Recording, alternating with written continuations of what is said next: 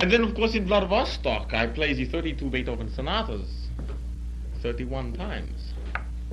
That I would have played them the 32nd time, but then war was declared and we had to go across Siberia on a cattle train. Okay. Now I better play the piano for it too, and then I can talk. Okay.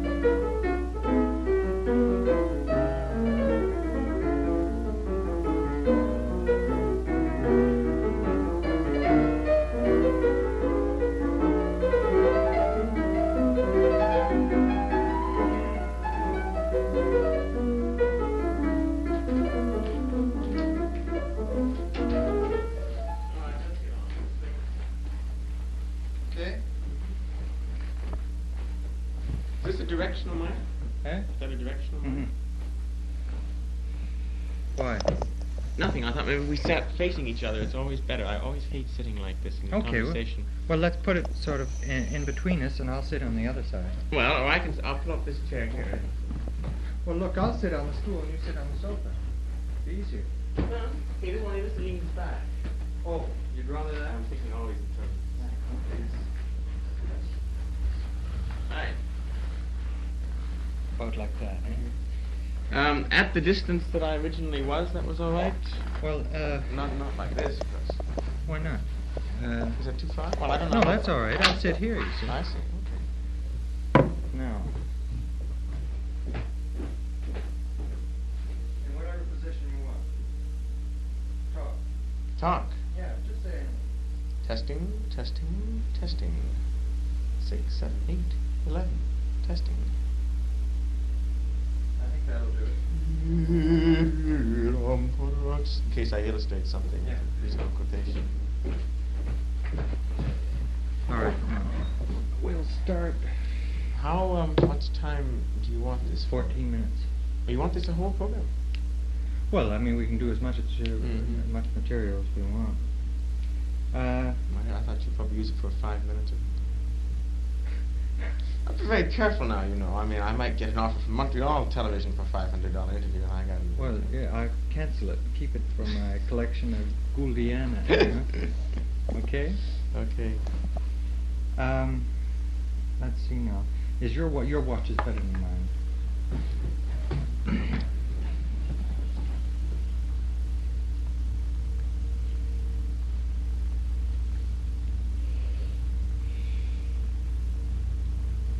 Well, you don't have a sweet second. What is sweet? Well, now, let's see. That's.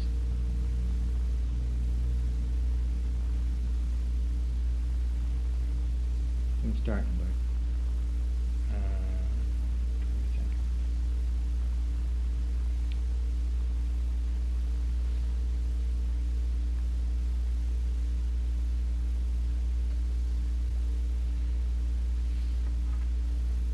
Are you sure your voice will be picked up at that interview?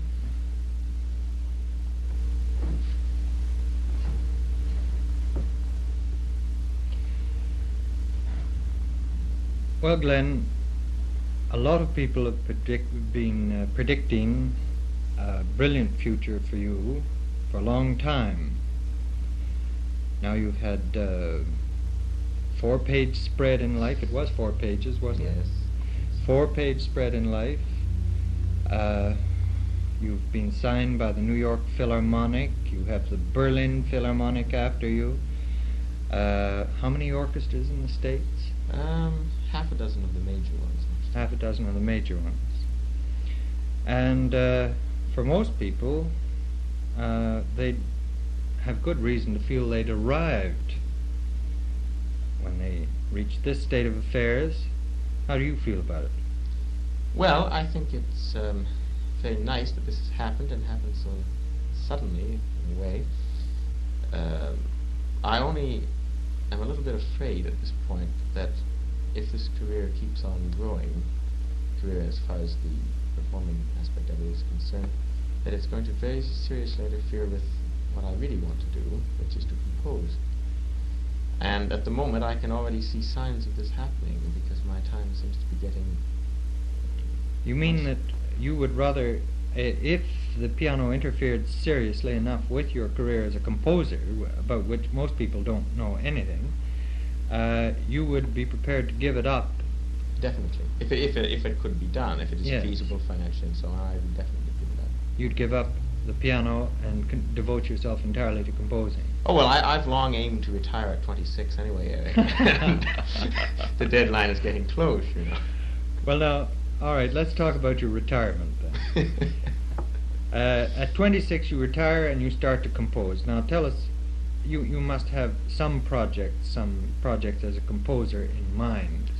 Well, I have a lot of projects in mind. One which I have had in the talking stage now for almost 2 years is an opera for television, which is still not really out of the talking stage, I'm afraid, but which sometime I hope to go on with and take 10 years out of my life in order to finish. Are you a slow composer?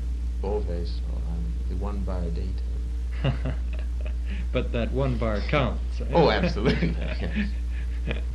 Well, now, what have you done so far? Now, I know personally about the string quartet. That's going to be played on the CBC. That will be played in Montreal either on May 21st or May 28th. I see. And now you've got the string quartet. What else is there of yours? The string quartet, outside of the cadenzas for the piano concerto of C major Beethoven, which I wrote last year. And which we heard here in Montreal. Yes, which I'm following up with the cadenzas for most of the other Beethoven concertos now. The string quartet and those cadenzas are the only works which I now admit to exist. I had, up until 3 years ago, considered myself a 12-tone composer. I wrote all sorts of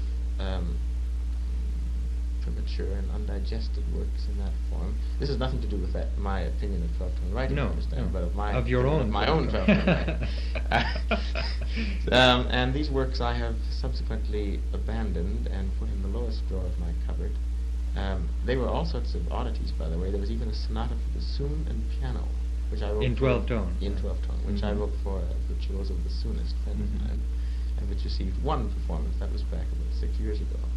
Oh, was that in the series that you organized in Toronto? And yeah, well, that was that was even before that. That was when we were still not even considering ourselves commercial promoters, you know, in the sense that we later did all Schoenberg concerts. This was potpourri in which we had to spice Schoenberg with Hindemith and so on. I see. Much against your better judgment. Well, of course. So, well, perhaps you can tell me why you decided to give up the 12-tone technique as your own. Well, would take a lot of explanation. In fact, I don't know if I could even say why. It wasn't a sudden decision. In fact, it wasn't really a decision at all. It was something which happened after about 2 years of complete inactivity, in which I didn't write at all. And suddenly, when I began to write again, I wanted for, I think not just anthropological reasons, to explore a certain period of tonality, i.e. the music around the turn of the century. Music, Mahler, because Strauss, so Reger, and of course early Schoenberg. At that time I was going through a arch romantic phase in which I was studying most of the scores of Schoenberg at that time, and since as an exercise in style, I decided to write a work in a very grand scale, the string quartet, which is half an hour long, and in one movement, not 4 movements in one, but in one complete sonata allegro, grossly expanded. Well, this isn't unique, of course. This is not unique at all. It was very much influenced by the first quartet of Schoenberg, which, although is 4 movements in one, is of the same dimension. But I wanted to do this not only, as I say, as an exercise in style, but because of, at that time, a very genuine interest in the music of that period, which I certainly retain now. And at the moment, this seems to be the style for me. I think the whole solution probably lies in the fact that I'm possibly a person without vision. I don't know. Maybe that's the trouble. You mean you perhaps don't recognize the possibilities in the 12-tone technique. No, I do, on other people, much as I enjoy hearing Chopin played on other people, but I don't enjoy hearing myself play it, you see. You do enjoy hearing other people play Chopin? Oh, in very small doses, yes. Isn't that interesting? That's a taste that I had never suspected. Well, that's something that's very peculiar about your programming, too, that a lot of people have asked me about. Why is it that you jump from the Baroque period right up to the moderns? That you play really, you don't play any of the classical works. By classical, I mean Haydn or Mozart. I have heard you do a little bit of Brahms, and I believe you have done Schumann occasionally. Never. Never? Never, but what about Beethoven and Mendelssohn? Oh, I'm which I've sorry. done a great deal. Yes, but leaving those out altogether. Beethoven, of course, is a late classicist, early romantic. Yes, but I think that the Beethoven is a large stone in the midst of the stream that you feel I'm jumping, and consequently I can't be accused of quite so much specialization so long as I play Beethoven. You're quite right. No, that is true on the whole, however. I do... I can't even say I follow a line, because I am as inconsistent as anybody in my taste, really. Or at least in my unadmitted taste, in the music I play for myself at midnight when no one else is around, perhaps. Which I will not discuss now. But so far as the music which I do put on my programs, it does to a certain extent follow, if not one line, at least one general historical trend. I am very fond at the moment of beginning programs with music of the Renaissance. I opened a concert in Toronto just last week with a organ composition called Spelen. Oh, I played that here. You played the Spelen here, yes, that's right. And then followed it with works which I think are very closely related, some fugues from the Art of Fugue Bach, all of which are, of course, never done on the piano anymore, which is a great shame, because I think that the tradition of the North German, Dutch organ virtuosi composers, I mean, from Spelen to Vogel, Buxtehude, and so on, and Bach, is a line which ought to be explored by pianists, because most of it for pedalless organs comes off extremely well on the piano, in comparison to some of the little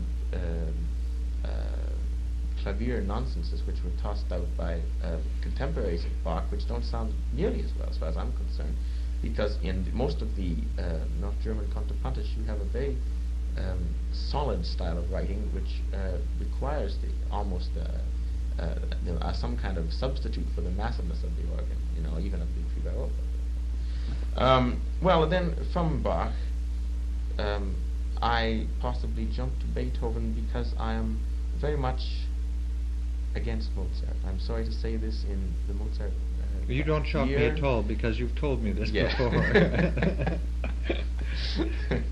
I'm prepared for that. But then the thing which all these periods have in common, really, is a strong contrapuntal style. That is true, isn't it? And I think that so far as my own tastes are concerned, this is possibly the determining factor. Music which is involved in some sense in linear development, intrigue.